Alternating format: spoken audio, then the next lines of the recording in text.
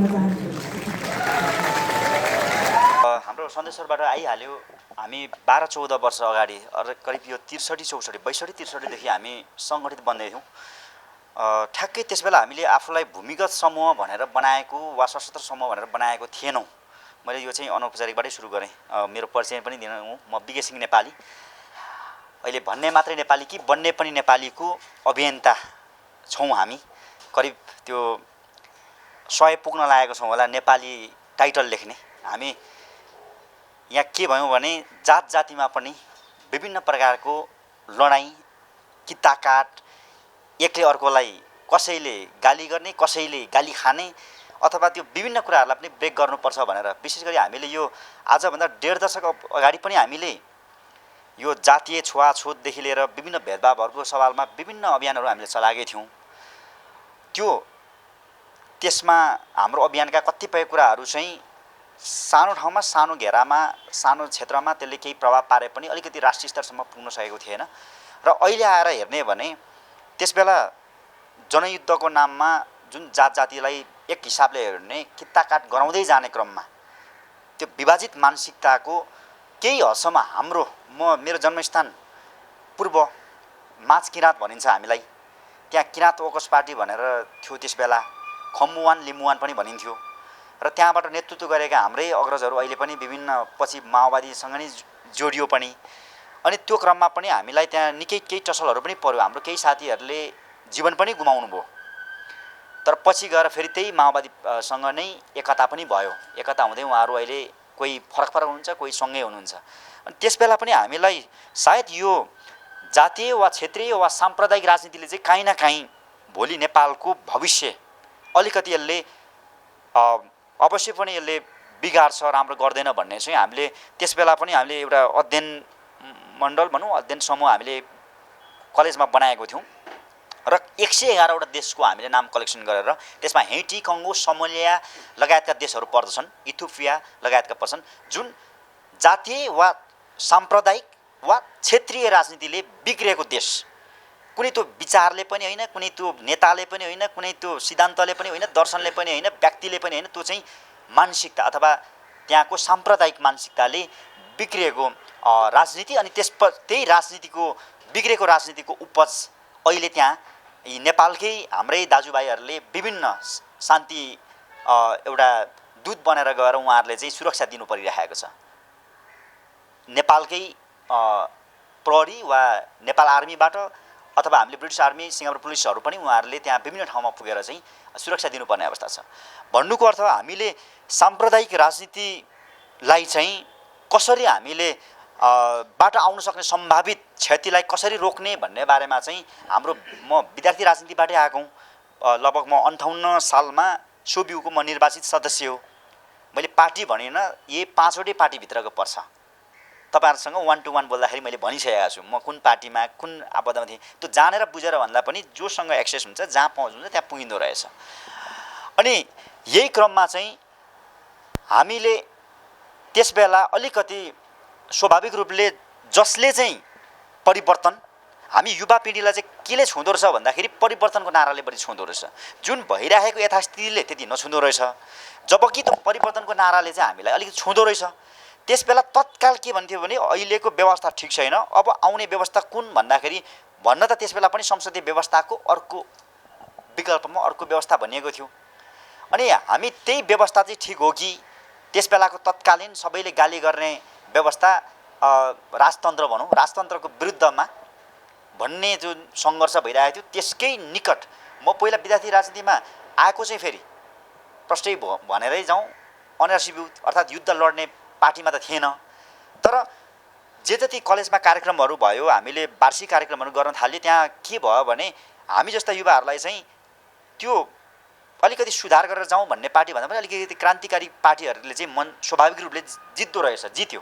अनि त्यही क्रममा चाहिँ अखिल क्रान्तिकारीका साथीहरूसँग भेट हुने क्रममा हाम्रो केही यस्तै वैचारिक कुराहरूमा हुँदाखेरि म पनि केही समय चाहिँ अनौपचारिक रूपले आबद्धता सम्बद्धता अलिकति क्रान्तिकारी पार्टीहरूसँग भयो। र त्यही क्रान्तिकारी पार्टीको यस्तै भेलामा, अनौपचारिक भेलामा पोखरामा जाने क्रममा एरेस्ट भएर 2-3 दिन बसेपछि आएर चाहिँ त्यसपछि मात्रै म फ्रेन्ड्स क्लब नेपालमा जोइन भएको। त्यसको म एक कार्यकाल मैले नेतृत्व गरेर आएँ, जुन यो 61-62 देखिको 64 सम्म रह्यो। अब त्यो 64 मा आउँदाखेरि चाहिँ अघि हाम्रो सन्दीप सरले भने जस्तै त्यसपछि चाहिँ हामी अब देश र जनताको लागि काम त गर्नु पर्यो, तर त्यसबेला जुन बेलामा अब हामीले जसलाई चाहिँ अलिकति आस्था राख्न थालेको थियौँ त्यही पार्टी चाहिँ वार्ता संवादको माध्यमबाट अब यसैमा नै छ हाम्रो समाधान भनेर आउनु भएपछि हामी चाहिँ त्यसलाई नमान्ने पक्षधर भनेर छोटकरीमा बुझ्न सकियो। तर र पनि फेरि हामीले आफूलाई भूमिगत सशस्त्र समूह वा अवैधानिक पार्टी भनेर गएको थिएनौँ। पार्टी पछि बनाउने तत्कालमा प्रस्तावित नाम नेपाल मुक्ति मोर्चा भनिएको थियो र त्यसकै म पनि पदाधिकारी नै हौँ। हामी हुँदै हामी अगाडि बढ्यौँ।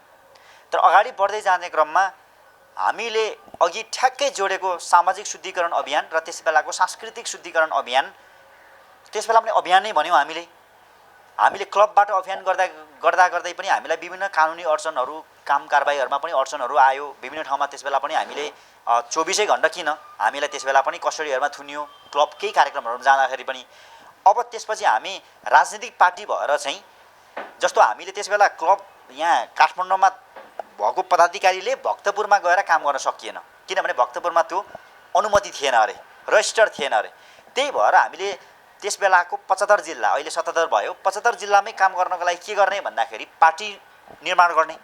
त्यही भएर हामीले नेपाल संयुक्त मुक्ति मोर्चा नेपालीमा, तर त्यसलाई नेपालीमा कम बोलियो, अङ्ग्रेजीमा बढी बोलियो, अर्थात् United liberation front of Nepal भनेर चाहिँ बढी चिनियो। अर्थात् त्यसको छोटकरीमा ULFA नेपाल, अर्थात् अझै त्यसलाई पनि सर्ट र एब्रिभिएटेड फर्ममा चाहिँ उल्फा नेपाल भनेर चिनियो। धेरैभन्दा धेरै व्यक्तिहरूले उल्फाको हामी टिम, उल्फा पार्टी अथवा उल्फा कमान्डर, उल्फा नेतृत्व पदाधिकारी आदि भनेर चाहिँ चिनाइने गर्यो। र त्यो पार्टीले चाहिँ जसरी समाजमा भएका त्यस बेलाकै भनिएको शब्दलाई हामीले सापड लिने भने अन्याय, अत्याचार, विकृति, विसङ्गति, भ्रष्टाचार, अनियमितता, कालाबजारी, तस्करी, बलात्कार यी विरुद्धमा अभियानहरू, कार्यक्रमहरू चलाउँदै जाने क्रममा जनता भएर जनताको लागि नै काम गर्ने क्रममा जनता वा नागरिकबाट आएका लगभग 70-80 वटा निवेदनहरू हामीसँग आइसकेका थिए। त्यो हिजो माओवादी कालमा युद्धकालीन अवस्थामा जसरी जनताले चाहिँ, नागरिकले चाहिँ राज्य र प्रशासन, कानुन, अदालतबाट न्याय पाएन भने जाने कुनै निकाय कुनै थियो भने त्यो त्यस बेला माओवादीको जनअदालतमा जान्थ्यो।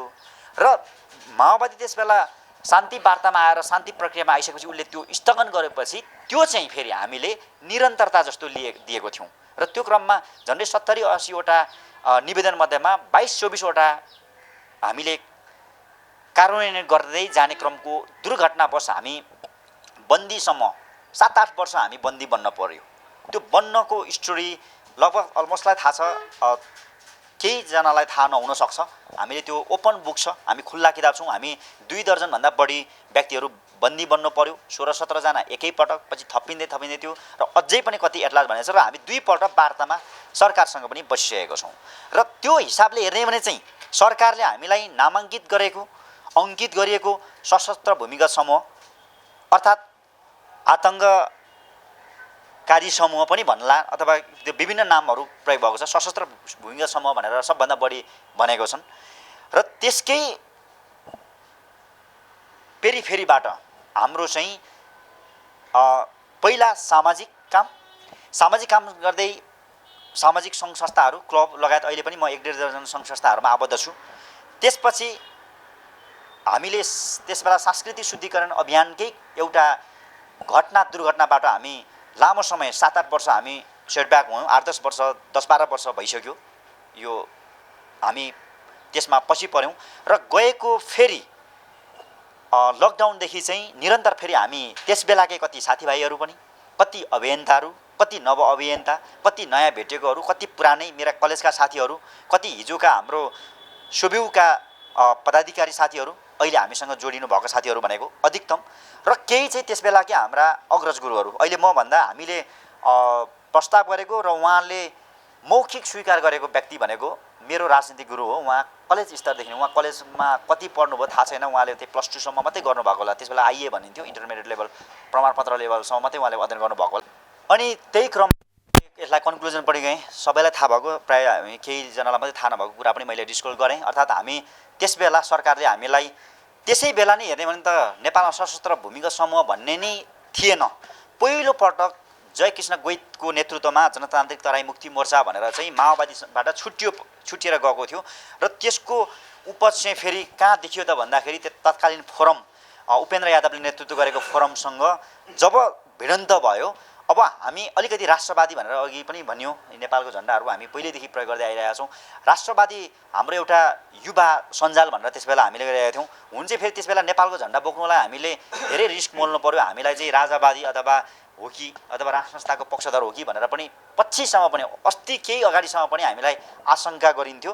तर पछि चाहिँ अहिले सबैले, कति पार्टीहरूले पनि, कति अभियन्ताहरूले पनि नेपालको झन्डा बोक्न थालेपछि अहिले चाहिँ अलिक सहज भएको छ। यद्यपि कतिपय राष्ट्र संस्था ल्याउँ भन्ने व्यक्तिहरूले अहिले पनि नेपालको झन्डालाई प्रयोग गरिरहनु भएको छ। तर हामी चाहिँ नेसनल अथवा राष्ट्रिय रूपमा जाउँ भन्नेको सवाललाई मात्रै हामीले राष्ट्रिय झन्डा प्रयोग गरिरहेका छौँ। अनि त्यसबेला चाहिँ हामीले त्यो विभिन्न साथीहरू, विभिन्न हामी अभियन्ताहरूसँग मिलेर चाहिँ हामीले पार्टी बनाउने क्रममा भएका घटना र दुर्घटना र त्यसपछि हामी 7-8 वर्षको हाम्रो सेटब्याक पछाडि फेरि हामी केही वर्ष आफ्नै व्यापार व्यवसाय परिवारहरू सम्हाल्न थाल्यो होला अधिकतम साथीहरू।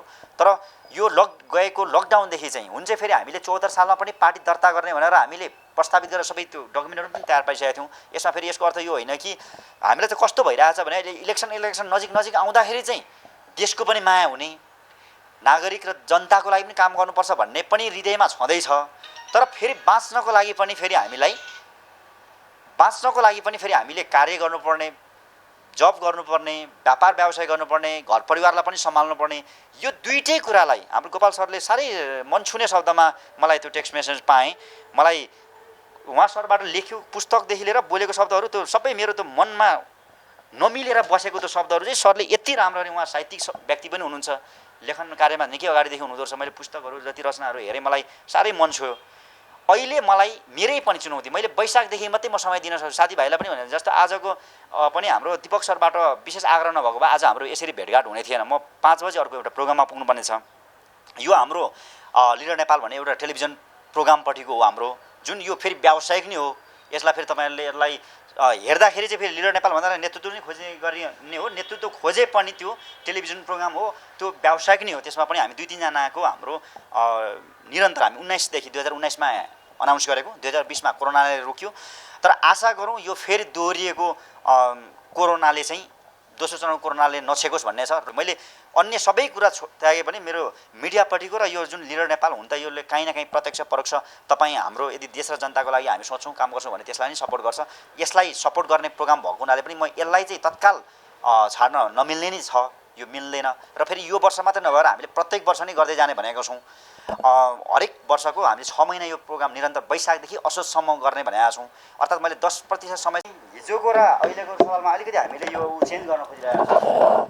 हामीले सम्पन्न हुनु नै, समृद्ध हुनु नै, हिजो दुश्मन, वर्गीय दुश्मन भनेर हाम्रा कतिपय क्रान्तिकारी भनिएका हाम्रा साथीभाइहरू, पार्टीहरूले चाहिँ त्यसरी टार्गेट पनि बनाइयो।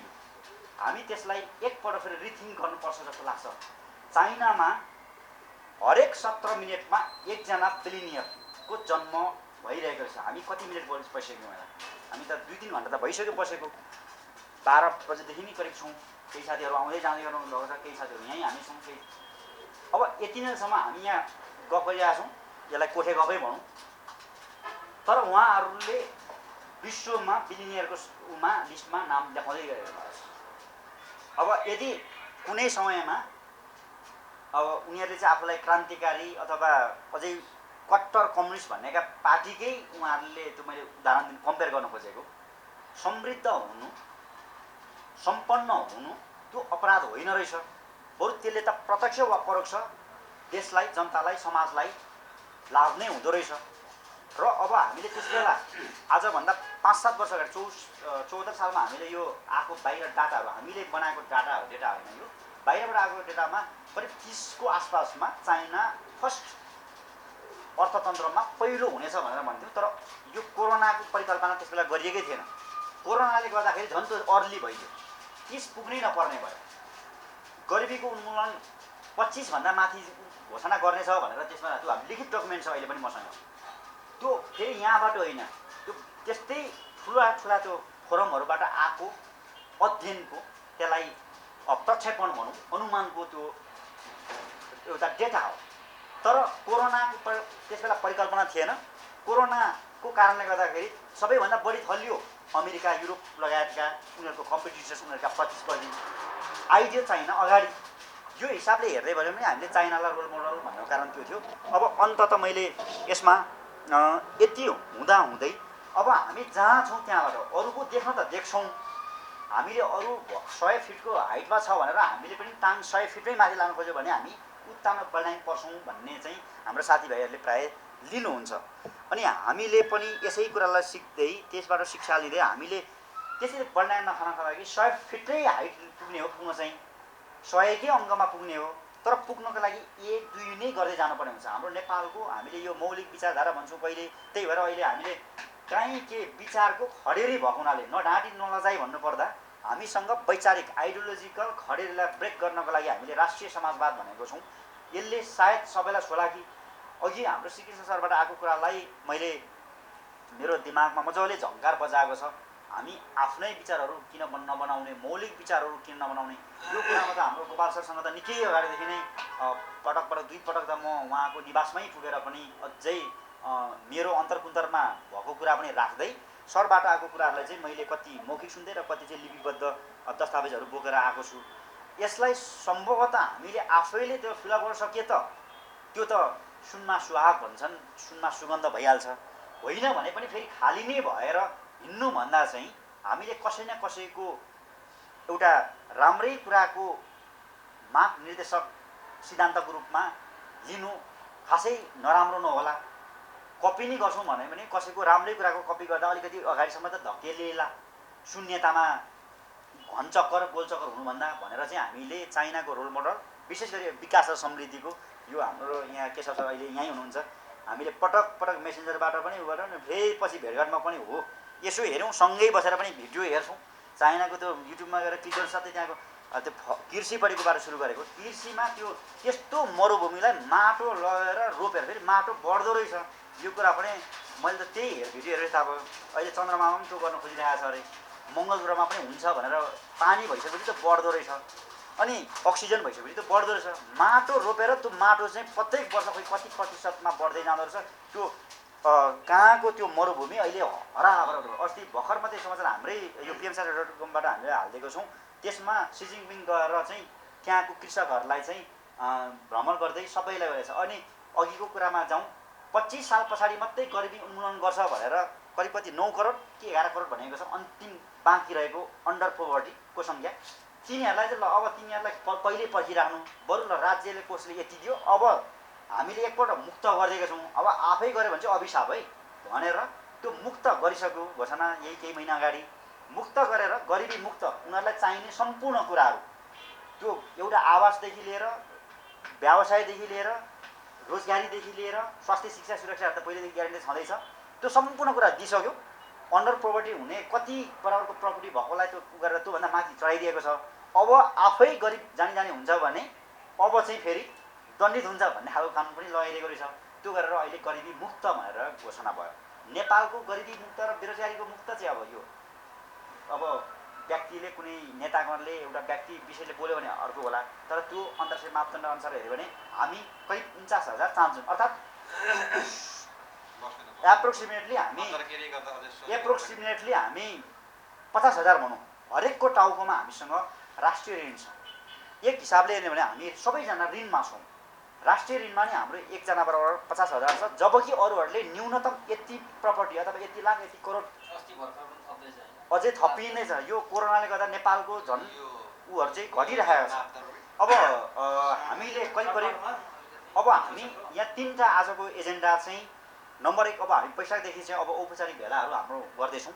हामी 11 बजेदेखि 1 बजेसम्म जोसुकै नयाँ साथीहरू भर्खर आउने साथीहरूपट्टिको यो भेला छलफलहरू भेला हुनेछ भने 2 देखि 4 चाहिँ जो हामी पहिलेदेखि छौँ, जो जिम्मेवारीमा बसेर काम गर्न चाहँदैछौँ, जो विभिन्न नीति निर्माण तहमा रहेर काम गर्ने साथीहरू अथवा अलिकति वैचारिकपट्टिका र साङ्गठनिक निर्णय गर्ने साथीहरूको छलफल चाहिँ 2 देखि 4 बजे हरेक हप्ता हुँदैछ भने 4 बजेभन्दा पछाडि चाहिँ आवश्यकता पर्यो भने हाम्रो साझा थलो पहिलेदेखि जान्ने गरेको ठाउँमा हामी यता छौँ भनेर हरेकले देखिन्छ माइती घर मण्डलामा पनि आवश्यक पर्यो भने 5 बजेदेखि 1 घण्टा जति चाहिँ उपस्थिति भएर अब देश र जनता नागरिकसँग अब हामी चिनिँदै आउने भन्ने चाहिँ हाम्रो वैशाखदेखिको छ र वैशाखभित्रमा हाम्रो अहिलेसम्मको कनीकुती जोडेका हाम्रा राजनीतिक प्रतिवेदनको रूपमा प्रस्तावित पनि त्यो ल्याउने गरी अहिले हामी टाइपिङहरू भइरहेछ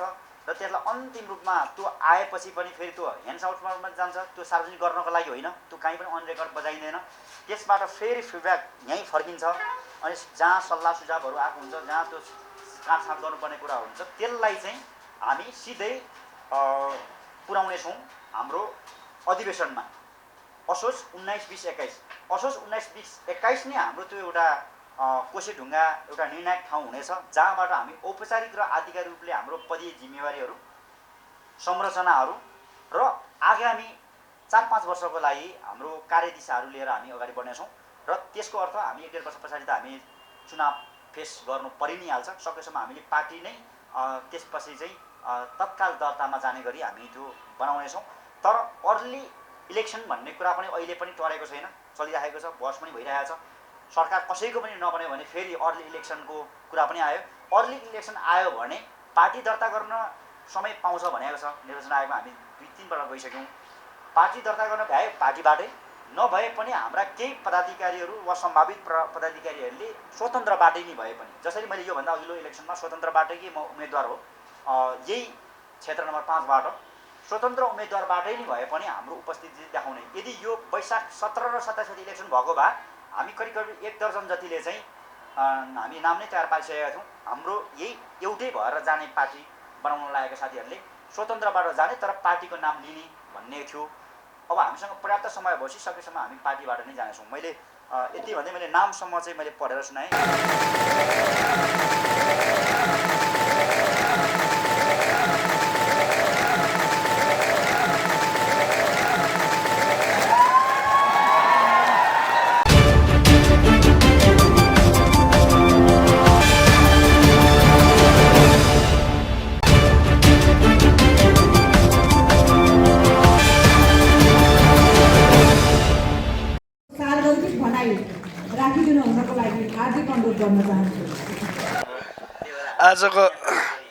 आजको यस अनौपचारिक कार्यक्रमका संयोजकज्यू, उपस्थित अतिथिज्यूहरू, दाजुभाइहरू, आजको यस नेसनल लिडर पार्टीले अनौपचारिक छलफल कार्यक्रम आयोजना गरेकोमा शुभकामना व्यक्त गर्न पनि चाहन्छु।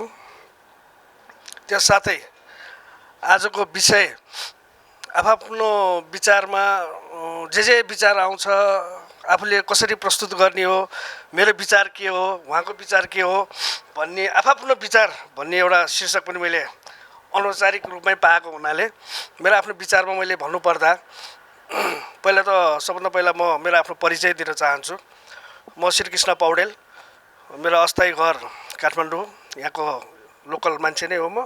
र म लगभग 7 वर्षदेखि पोखरामा रहेर मिडिया सम्बन्धी क्रियाकलापहरू गर्दै आइरहेको छु। त्यस साथसाथै हाम्रो सहसंयोजकज्यूसँग हाम्रो मेसेन्जरमा, हाम्रो फोनमा म उता पोखरा हुँदाखेरि पनि उहाँहरूसँग विभिन्न चरणमा छलफलहरू हुँदै पनि आएको छ। र त्यस साथसाथै मेरो आफ्नो व्यक्तिगत काम अथवा चाहिँ हाम्रो यो पार्टीको पनि भनौँ र त्यही सिलसिलामा काठमाडौँ आइपुगेँ।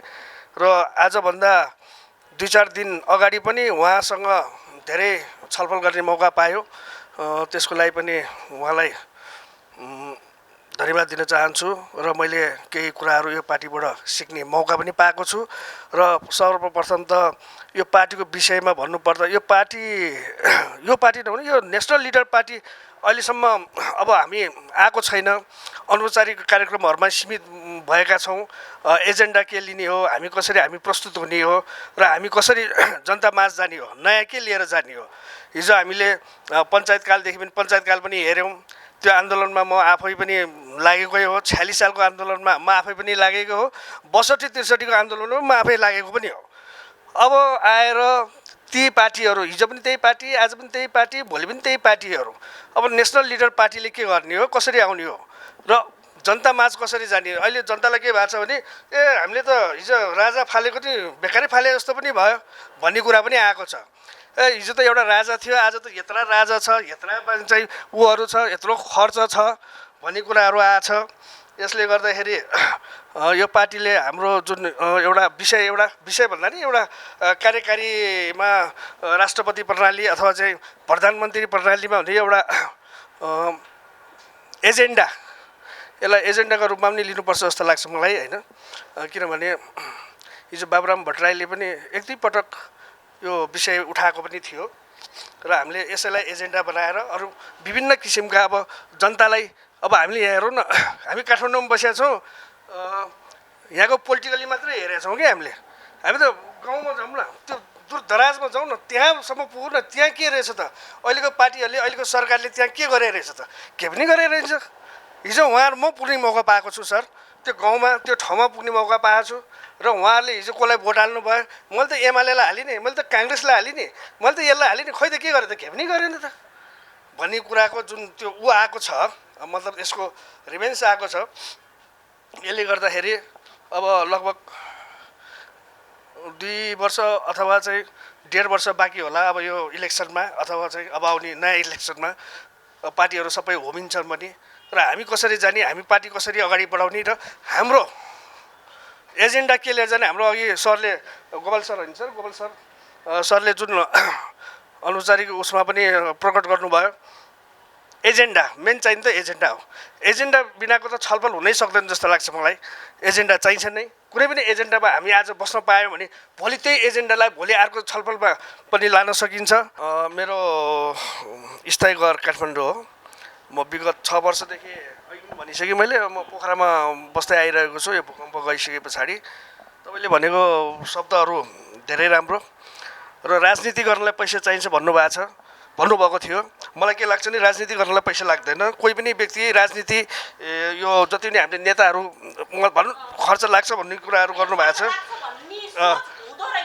हिजो हामीले एउटा एक्जाम्पल म के दिन चाहन्छु भने, गगन थापा नेपाली काङ्ग्रेसकै विद्यार्थी नेता थिए। हिजो आन्दोलनको बेलामा उसले के देखाएको थियो त, खालि क्यामेरा मात्रै देखाएको थियो, अलिकति भिड मात्रै देखाएको थियो र त्यहाँ गएर उसले जम्प गरेर उसको भनाइहरू उसले स्पष्ट रूपमा राख्थे। भनेपछि हामीलाई हाम्रो आफ्नो विचार लिएर जाने, हाम्रो यो पार्टीको विचार के छ, हामी कसरी उपस्थित हुन सक्छौँ त्यहाँ, र हामीले कसरी बुझाउन सक्छौँ नेपाली जनताको मनमा, दिमागमा नेसनल लिडर पार्टी भनेर हामीले कसरी स्थापना गर्न सक्छौँ भन्ने हिसाबले नै वृहत छलफल गरेर हामी त्यसरी जानुपर्ने पनि हुन्छ। र म केही समयको लागि म पोखराबाट काठमाडौँ आएको, तपाईँहरूसँग भेट गर्ने मौका पनि पाएँ, सरहरूसँगको चाहिँ विचारधाराहरू पनि धेरै सुने। र मैले गण्डकी प्रदेशमा 11 जिल्ला छ, त्यहाँ मैले कसरी सङ्गठन बनाउनुपर्छ र मैले के गर्नुपर्छ, त्यो मेरो आफ्नो खुबीको कुरा र मेरो क्षमताको कुरा हो। त्यहाँनिर त्यो म गर्नेछु र साथसाथै तपाईँहरूसँग परिचय गर्ने मौका पाएँ, त्यसको लागि धेरै धेरै धन्यवाद। आगामी दिनमा सँगै बसेर हामी काम गर्ने एउटै प्लेटफर्म हाम्रो छँदैछ र आफ्नो विचारहरू यहीँ बसेर पनि म हिजो काङ्ग्रेसबाट आएँ, म हिजो राजावादीबाट आएँ, कति सबै पार्टी सबै कार्यकर्तै हो। जनता कोही पनि छैन। एकजना हाम्रो साथीले भन्नुभएको थियो जनता कोही पनि छैन, सबै कार्यकर्ता नै हो।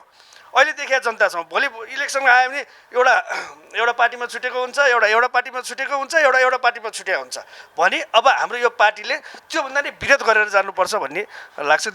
भन्दै म 2 शब्द चाहिँ यही टुङ्गेँ। धन्यवाद सर।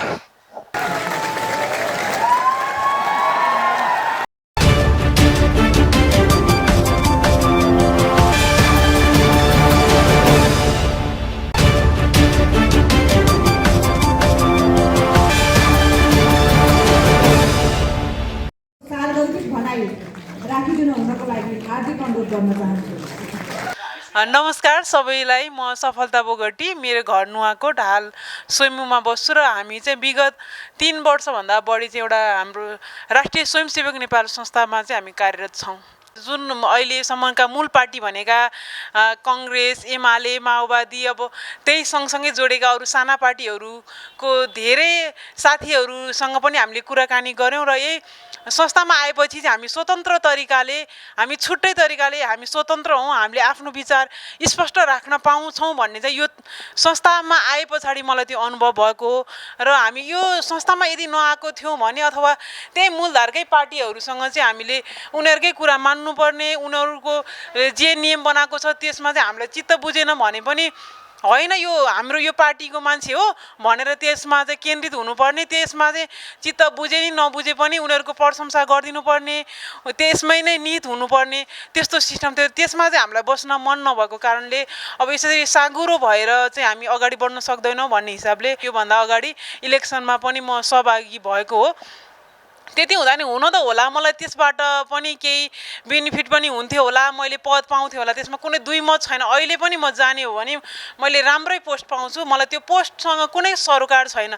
किनभने म जतिको एक्टिभ मान्छे, हुन त मैले आफूलाई राम्रो भन्न खोजेको होइन, ल अहिले चाहिँ जुन मूल पार्टी भनेको छ उनीहरूको त्यत्रो इतिहास त्यति लामो छ, त्यतिका पार्टीका मान्छेहरू पनि अलिकति बौद्धिक लेभलमा पछाडि परेको र राजनीतिक विषयवस्तुमा पनि अलिकति पछाडि परेको, तर मात्र उनीहरू चाहिँ केही मान्छेको पुच्छर समाएर मात्र हिँडेको देखेँ। अनि त्यसरी चाहिँ मलाई चाहिँ त्यो मन परेन। अब त्यसरी ल ठिकै छ, मैले पनि त्यो ठाउँमा बसेर मेरो पद पाउँथेँ, अगाडि बढ्थेँ, दुई चारजनाले चिन्थेँ होला, म अगाडि बढ्थेँ। तर त्यो हुँदाखेरि पनि मलाई चाहिँ मैले केही गर्न सकिएन भने पद पाएर म ठुलो भएर मलाई चाहिँ चित्त बुझेन। म चाहिँ अब यसरी होइन, फराकिलो भएर सबैलाई समेट्नुपर्छ। म अघि बढ्दै गर्दाखेरि मैले यो 3 करोड नेपालीको चाहिँ सबैको आवाज मैले समेट्नु सक्नुपर्छ, एउटा सिङ्गो देशलाई नै मैले चाहिँ सुरक्षा दिन सक्नुपर्छ भनेर चाहिँ मलाई लाग्यो। त्यस कारणले म त्यहाँ बस्न रुचाइन। अब चाहिँ यहाँ आए पछाडि चाहिँ मलाई एकदमै आनन्द भएको छ, किनभने अब त्यहाँ बस्दाखेरि चाहिँ एउटाको मन नपर्यो भने त त्यो पार्टीको मान्छे तैँले किन विरोध गरिस् भन्ने कुरा आउने, र आफूभन्दा फरक पार्टीको मान्छेहरूको चाहिँ आलोचना गर भनेर हामीलाई सिकाइन्थ्यो। अरू हामी जुन पार्टीमा छौँ त्योभन्दा फरक पार्टीका मान्छेहरूको नि एजेन्डाहरू राम्रो हुनसक्छ, उनीहरूको काम राम्रो हुनसक्छ, तर त्यो काम राम्रो भइकन पनि हामी चाहिँ एउटा पार्टीमा बसेको कारणले उनीहरूको प्रशंसा गर्न नहुने, यो काम ठिक छ भनेर भन्न नहुने, यस्तो गर्दाखेरि चाहिँ होला त्यो पार्टीमा बसेका केही सीमित मान्छेहरू धेरै माथि पुग्लान्, तर यो सिङ्गो देशलाई चाहिँ ले राम्रो गर्दैन। र त्यस्तो गरियो भने चाहिँ हाम्रो देश पछाडि पर्छ। अहिलेसम्मको हाम्रो देश पछाडि पर्नु अथवा विकास नहुनु, राजनीतिक अस्थिरता छाउनु भनेको मेन कारण भनेको यही नै हो। काङ्ग्रेसभित्र बसेपछि काङ्ग्रेसका मान्छेले अर्को कम्युनिस्टलाई विरोध गर्नै पर्ने, र कम्युनिस्टको विरोध गरिसके पछाडि आफ्नो अरूले गरेको जसले गरेको काम होस्, तर त्यो काम मैले गरेको भन्न चाहिँ सबलाई मन लाग्ने, तर मन चाहिँ सबलाई रहेछ नि त, काम गरेको मैले हो, यो बाटो मैले बना हो, यो स्कुल मैले बना हो, स्वास्थ्य चौकी मैले बना हो भन्न चाहिँ उनीहरूलाई त्यति मजा लाग्ने रहेछ भने काम चाहिँ किन नगरेको त? काम गरे हुने नि, होइन र? अनि त्यो हो। अनि अर्को चाहिँ अर्काले गरेको काम पनि मैले भन्ने, अनि जनताको माझमा जाँदाखेरि चाहिँ उनीहरूलाई चाहिँ एकदमै भ्रम पारिदिने। अब ऊ पार्टी आउँदाखेरि पनि त्यो बाटो मैले बना भनेको छ, अनि जनतालाई थाहा हुन्न। अनि अर्को पार्टी आउँछ, होइन त्यो मैले बना भनेको छ, जनतालाई कहिलेसम्म झुकाउने? यथार्थ कुरा यो मैले बनाएको होइन, यो नेपाल सरकारको बजेटबाट बनाएको हो, मेरो पालामा काम भएको हो भनेर स्पष्ट एउटाले भनिदिइसकेपछि अर्को पार्टी आउँदाखेरि उहाँको पालामा भएको हो, त्यसमा समर्थन हाम्रो पनि थियो भनिदिँदा त राम्रै हुन्छ, होइन? जे जति बनेको छ त्यसमा मात्र चाहिँ आफ्नो नाम जोड्ने अनि काम चाहिँ गर्न नजाने, यस्तो सिस्टम बसिरहेको छ। अब यो सिस्टमको कुरा गऱ्यो भने सिस्टम धेरै नै लामो छ, होइन? नेपालको सिस्टम अब एकदमै तल्लो लेभलबाट धेरै माथि लेभलसम्म पनि पुगिसक्दा त्यहाँभित्रको त्यो सिस्टममा चाहिँ धेरै विकृति फैलिएको छ। त्यो विकृति पनि हामी एउटा काङ्ग्रेस भएर, एमाले भएर, माओवादी भएर त्यसलाई चाहिँ पुर्न सक्दैन, त्यसलाई चाहिँ हटाउन सक्दैन। त्यसको लागि चाहिँ हामी स्वतन्त्र भएर एउटा सिङ्गो नेपालीलाई नै चाहिँ उनीहरूको आवाज नै समेट्ने गरी हामी स्वतन्त्र भएर बोल्न जरुर छ। त्यस कारणले गर्दाखेरि यसमा मलाई आउन मन लागेको हो, र अब बाँकी कुरा उहाँले गर्नुहुन्छ। धन्यवाद।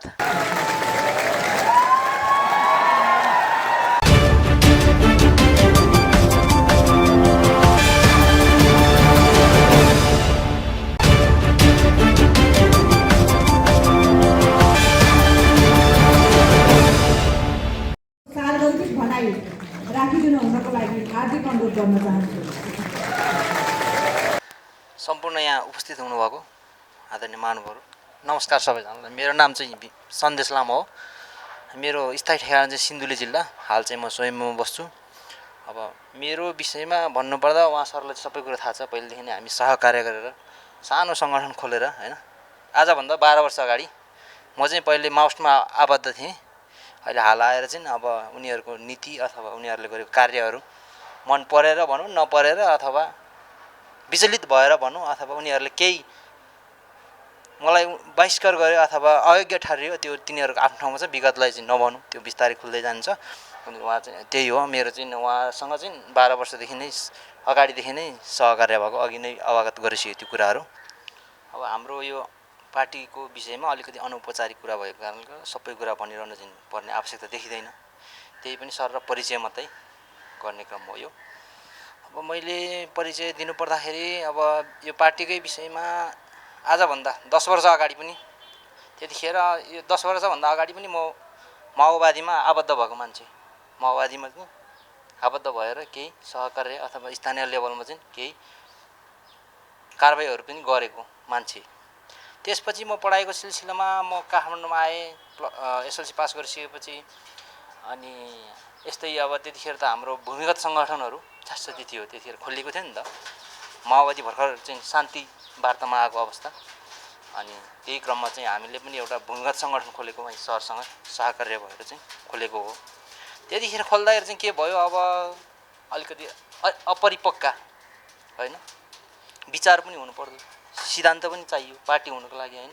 अघि सरले भन्नुभएको जस्तै जनताको अगाडि के लाने त होइन, जनताले के कुरामा विश्वास गर्छ त होइन।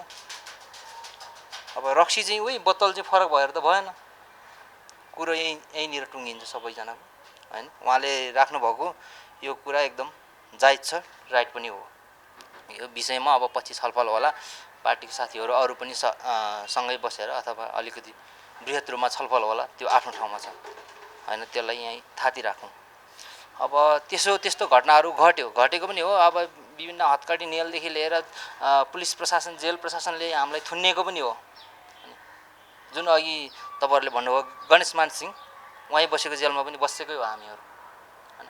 कानुनको विषयमा पनि बुझेकै छौँ। उहाँले सरले पनि बुझ्नु भएको छ, मैले पनि बुझ्नु भएको छ। कानुन पनि तपाईँको यहाँ यो देशमा के छ, कानुनमा पनि स्टेपमा न्यायाधीशले कसरी चाहिँ खाने पैसा, अनि त्यहाँको चाहिँ अधिकृतले कसरी चाहिँ पैसा खाने, त्यो सिस्टम सबै त्यहाँ न्याय प्रणालीमा सब छ। तिनीहरूले पहिले न्याय संविधान बनाउँदा अथवा त्यो बनाउँदाखेरि नै त्यो सिस्टम पहिले बनाएर बनिसकेका हुँदो रहेछ यो देशमा। त्यो त बुझ्दैन जनताले, यो कुरा हामीले लाँदाखेरि बुझ्दैन। अनि अबको संसदीय प्रणालीको कुरा भयो फेरि, त्यसमा पनि त्यस्तै हो। अहिलेको न्यायालयमा के छ भने तपाईँको एउटा वकिल अथवा न्यायाधीश भनौँ, कुनै न्यायाधीश होइन, त्यो एउटा पार्टीको चाहिँ मेम्बर हो, सदस्य हो। अब नेपालीहरू भन्नुहुन्छ तपाईँको जनता भेडा छ। तपाईँ पनि जनता, म पनि जनता, सबै जनता होइन। जनता कहाँ छ यहाँ? तपाईँ भोलि जन्मिनुहोस् त्यहाँनिर कि माओवादी कि त काङ्ग्रेस कि त एमाले, निश्चित हो। यो जनता छ यहाँ? छैन, जनतै छैन। त्यो कुरा स्पष्ट छ। जनताले बुझ्नु पर्यो। हामी सबैले बुझ्नु, तपाईँहरूले बुझे होला, हामीले बुझेको होला, तर गाउँको मान्छेले, त्यो स्थानीय लेभलको मान्छेले अथवा कर्णालीको त्यो मान्छेले त बुझाएको छैन नि यस्तो कुराहरू। अब यहाँनिर मात्रै हामीले यो कुरा, यो विचारको कुरा चाहिँ कोठे गफ गरेर अथवा राजनीतिको विषयमा यस्तो गफहरू ठुल्ठुलो गफ गरेर, गफ त के ज्ञानेन्द्र साईले पनि गरेको छैन र? रविन्द्र मिश्रले पनि गरेकै थियो। अब बाबुराम भट्टराई पिएचडी गरेको, उसको सिद्धान्त फेल खाइरहेको छ अहिले। यस्तै आदि इत्यादि कुराहरू छन्। ती कुराहरूलाई चाहिँ के हो, कसो विगतमा गरेको उनीहरूले गरेको गल्ती अथवा उनीहरूले गर्नु खोजेको कुराहरूलाई चाहिँ के हो त, त्यहाँबाट चाहिँ गल्तीबाट चाहिँ पाठ सिकेर हामीहरू चाहिँ अगाडि बढ्नुपर्छ भन्ने मेरो एउटा उद्देश्य हो। अनि त्यसरी पार्टीहरू निर्माण गरौँ। पार्टी निर्माण गर्छु मात्रै भनेर पनि हुँदैन। यहाँनिर आर्थिक पक्ष हुन्छ, सामाजिक पक्ष हुन्छ होइन।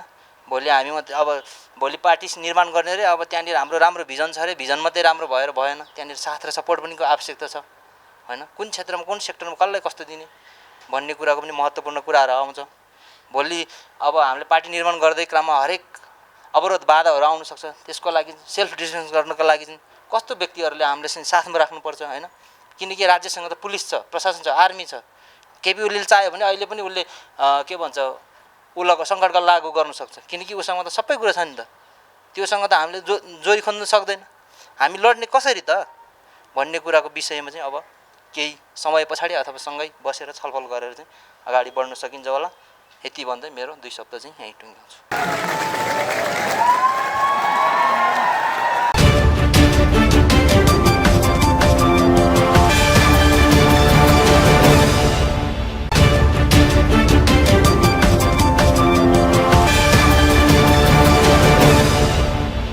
सार्वजनिक भनाइ राखिदिनु हुनको लागि हार्दिक अनुरोध गर्न चाहन्छु।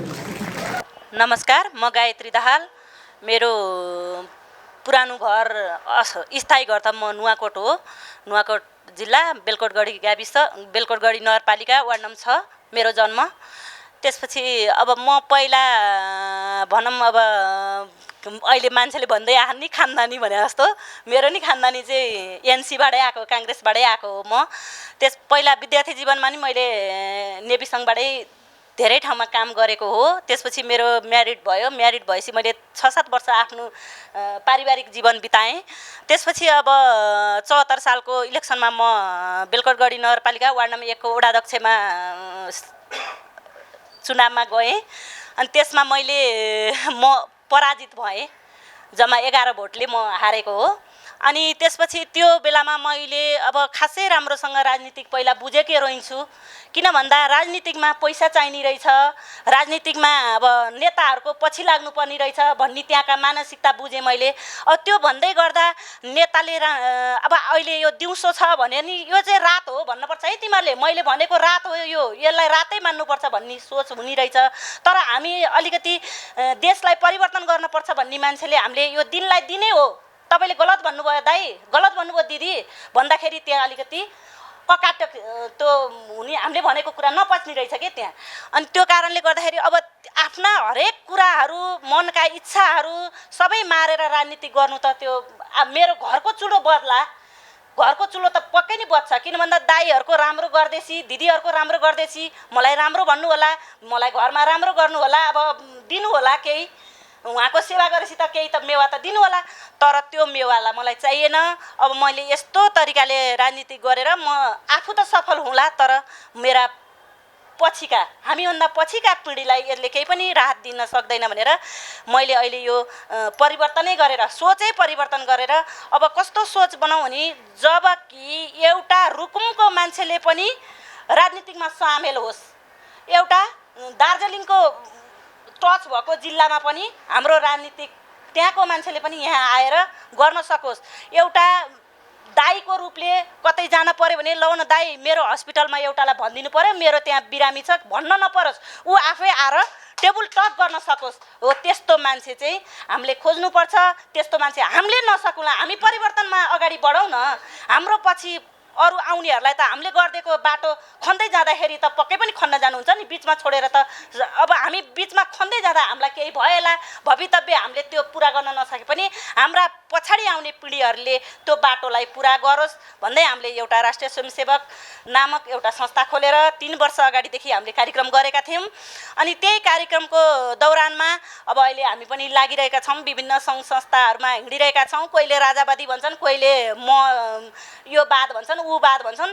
तर गर्ने भनेको अहिलेसम्म म गर्छु र म यो गर्छु भनेर कोही पनि निक्लेको छैन हैन। अब त्यसमा हामीले चाहिँ के भन्छौँ, सबैजना मिलौँ। यदि तपाईँहरूको इच्छा पनि देशलाई नै केही गर्ने हो, त्यसमा भित्री स्वार्थ केही पनि छैन भने आउनुहोस् न त, तपाईँहरू आउनुहोस्। किन भागबन्डामा बस्नुहुन्छ हैन? मलाई यो पाए बस्ने, यो नपाए नबस्ने। तपाईँले गरेको मैले यदि राम्रो काम गरेको छु भने किन भन्न सक्नुहुन्न फलानुले राम्रो काम गर्यो? तपाईँहरूले के सोचे हुन्छ, यो त बच्चा हो, यसले भने राम्रो काम त हो, तर यसलाई अगाडि नै किन भन्ने हो? यसको राम्रो काम यसलाई भनिदियो भने त हामी त सानो भइहाल्छ नि भन्ने। त्यो अर्काले गरेको राम्रो कामको स्वीकार गर्न नसक्नु नै अहिलेको राजनीतिक फेल भएको हो मेन कारण नै। जबकि मैले राम्रो काम गरेको भयो भने मलाई राम्रो काम भन्ने, मैले गलत गरेको छु भने ठाउँको ठाउँ अन द स्पोट भन्न पर्यो नि त, अब तैँले गल्ती गरेछस् भनेर। हो त्यो भन्न नसक्नु नै अहिले राजनीतिक फेल भएको हो। तर अब हामी चाहिँ एउटा एजेन्डाको मात्रै पछि लाएर, एउटा एजेन्डाको मात्रै पुच्छर समातेर नहिँडौँ र त्यो एजेन्डा सहित हामीले के गर्न सक्छौँ भनेर विकल्प पनि दिन सक्न पर्यो नि। एजेन्डासहित विकल्पसहित हामी गाउँ गाउँमा जाउँ, बस्ती बस्तीमा जाउँ, अनि मात्रै हामी सफल हुन्छौँ। नत्र यही हो 2 वर्ष 3 वर्ष अलिकति नाम चलाइएला, त्यसपछि लोपै हुने हो। हस् त, धन्यवाद।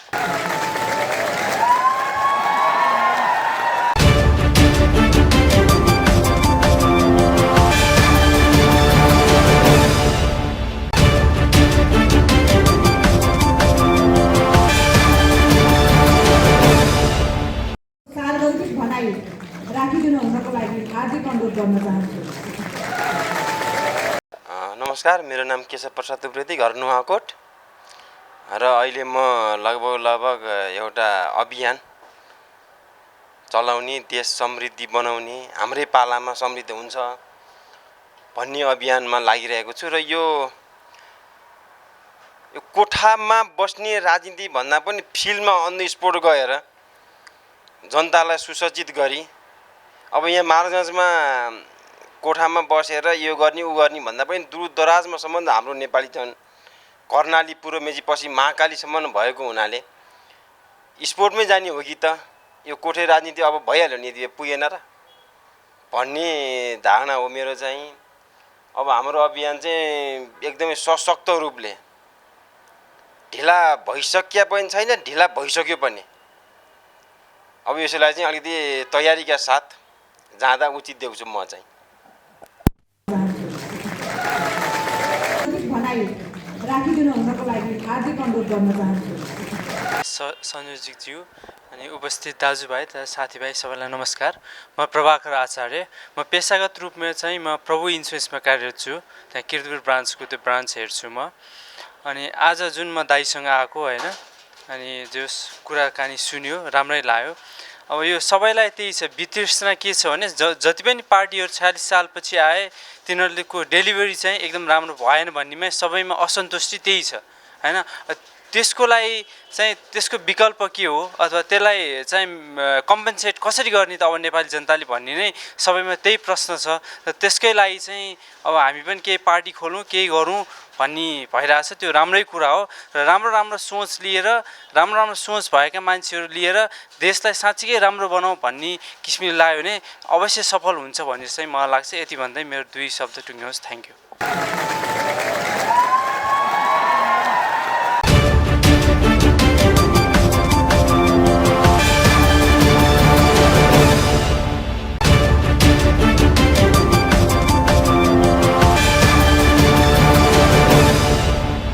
सार्वजनिक भनाइ राखिदिनु हुनको लागि हार्दिक अनुरोध गर्न चाहन्छु।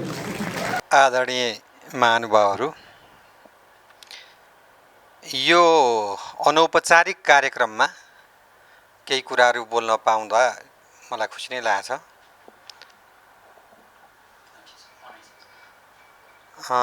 अब यो खास हाम्रो औपचारिकता विषय नै नभएकोले बोल्ने विषय के हुन् भन्ने हामीलाई थाहा छैन। तैपनि अनौपचारिक ढङ्गले केही न केही बोल्नुपर्ने सिलसिलामा केही शब्दहरू राख्नुपर्ने भएकोले म थोरै शब्दहरू राख्छु।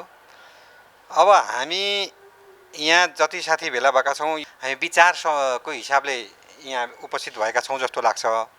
त्यस कारणले पहिला हाम्रो विचार चाहिँ के हो होइन, हामी एजेन्डा भोलि राजनीतिक पार्टी खोल्दाखेरि पहिला विचार मिल्नु पर्यो। विचार मिलिसकेपछि अनि राजनीतिक पार्टी गठन हुन्छ। राजनीतिक पार्टी गठन भइसकेपछि नागरिकमा हामीले जानुपर्ने हुन्छ। नागरिकमा जाँदाखेरि हामीले राजनीतिक एजेन्डा बोकेर मात्र हुँदैन। राजनीतिक एजेन्डाको सट्टामा हामीले कार्यक्रमिक एजेन्डा बोकेर जानुपर्छ, ताकि तमाम नागरिकलाई हामीले ल्याएको यस्तो चिज छ जुन हिजो कसैले ल्याएको छैन भनेर हामीले भनिरहँदा अरूले पनि हो त्यो चिज छ है भनेर विश्वास गर्न सकुन्। होइन भने हामीले देखाएको कुरा चाहिँ के हुन्छ भने अरूले बजाएको जस्तै मादल हामीले बजायौँ भने अनि त्यही 11औँ मादल हो, 10औँवटा त मादल छँदै थियो, किन 11औँ मादल लिएर नाच्ने के न भन्ने कुरा आउन सक्छ। त्यस कारण हामीले बाजा लिएर जाँदा नयाँ बाजा लिएर जानु परोस्, ताकि मानिसहरू मन्त्रमुग्ध हुन सकुन्। मन्त्रमुग्ध हुनु एउटा कुरा, डेलिभर गर्ने कुरा अर्को। यदि हामीले छैन डेलिभरी गर्न हामीले सक्यौँ न, डेलिभरी दिन सक्यौँ न नागरिकलाई भने त्यो एउटा बाजा हुन्छ। हामीलाई त यो निकै समय लाग्छ होला, यति ठुलो अरूहरूले चाहिँ अब सजिलो थियो पहिलाको र कठिन पनि थियो। सुरुङ मार्गबाट आउन केही कठिन पनि हुँदो रहेछ, केही सजिलो पनि हुँदो रहेछ। जस्तो राणाकालमा पनि सुरुङ मार्गबाट आउँदाखेरि पात्रहरू चिनिएका थिएनन्, जस्तो बिपी कोइरालाहरू आउनुभएको थियो, उहाँहरू दिग्गज हुनुहुन्थ्यो, त्यो भलै आफ्नो ठाउँमा छ। तर आउन सजिलो र अप्ठ्यारो के थियो भने सामान्यमा उहाँहरूलाई कठिन थियो, जेल लगिन्थ्यो। तर आम नागरिकको तहमा चाहिँ चिन्जान नभइकनै उहाँहरूको विरासत ठुलो भइसक्थ्यो। अब यहाँ कसले कसलाई मान्ने अवस्था छैन, किनभने अब हामी त कहीँ कतै सजिलो ढङ्गबाट आउनु परेको छ, हामीलाई विश्वास गरिहाल्दैन। विश्वास गर्ने वातावरण हिजो के थियो भने भित्र छ के छ जस्तो प्रचण्ड आयो, के हो प्रचण्ड कहाँ हो भन्दा एकदम उसलाई कसैले देखिँदैन, न छुँदा अचम्म छ कि न उसको बोलीमा के छ कि क्या हो त्यो मान्छे हो कि के हो त्यो अवस्थाबाट चाहिँ मान्छेले छिटो उसलाई चिन्न सके। आज आउँदाखेरि प्रचण्ड के हो भन्दा केही पनि होइन रहेछ, माछो भ्यागुतो हो भन्ने तहमा मान्छे पुगे। यदि हामी त त्यो सुरुङ मार्गबाट पनि नआउने, हामी यही अवस्थाबाट आउने, फेरि हामीसँग एजेन्डै भएन भने त हामी चाहिँ भुतेर आएको जस्तै रातमा यसो चियानघारीमा माथि यसो देखिन्छ, एकछिनमा हराउँछ, त्योभन्दा माथि हामी पुग्न सक्दैनौँ। त्यस कारण हामीले कमसेकम दियोसम्म हुन सकौँ, दियोपछि अलि यो बिजुली बल हुन सकौँ, त्यसपछि त्यो चम्किलो हुन सकौँ र त्यसलाई गर्न सकौँ। त्यसको लागि हामीसँग एजेन्डा चाहिन्छ। अब यहाँनिर हामीले राजनीतिक एजेन्डाले खासै नागरिक तहमा हामीले ठुलो प्रभाव पार्न सक्छौँ जस्तो लाग्दैन, किनभने राष्ट्रपतीय प्रणाली कि प्रधानमन्त्री प्रणाली, संसदीय व्यवस्था कि अर्को, यो एउटा कुरा त हुनसक्छ, तर त्यो राजनीतिक प्रश्न मात्रै भयो। त्यसले भ्रष्टाचार कसरी कम गर्न सक्छ, त्यसले गरिब निवारण कसरी गर्न सक्छ, त्यसले अपराधहरूलाई कसरी नियन्त्रण गर्न सक्छ, यी कुराहरूलाई हामीले सम्बोधन गर्न सक्यौँ भने यी चाहिँ उही गफका लागि गफ मात्रै हुन जान्छ। त्यस कारणले गर्दा हामीले गफ मात्रै होइन, एजेन्डा नै बनाउन सक्नुपर्छ।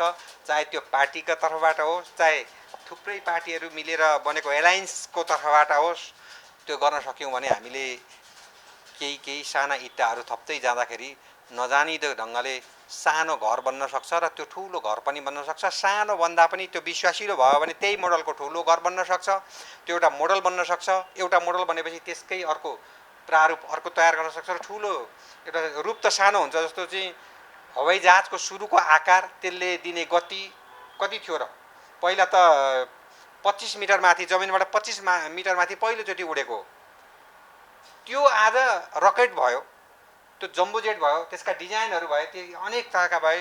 भनेपछि सुरुवाती हाम्रो चरणले धेरै पछि काम गर्न सक्छ भने चाहिँ त्यो एउटा राम्रो हुनसक्छ, त्यो दर्शन राम्रो हुनसक्छ, त्यो एजेन्डा राम्रो हुनसक्छ। त्यस कारण यी हामीले तयार गर्न सक्यौँ भने चाहिँ केही हुँदैन। यसतर्फ हामी सबै लाग्नुपर्छ, आफ्नो तर्फबाट जे सकिन्छ त्यो लाग्नुपर्छ भन्ने मेरो चाहिँ मत हो। अब यो अनौपचारिक कुरा भएकोले योभन्दा धेरै लामो कुरा यहाँ गरिरहनु पर्ला जस्तो लाग्दैन। आवश्यक समयमा हामी छलफल गर्दै रहौँला। धन्यवाद।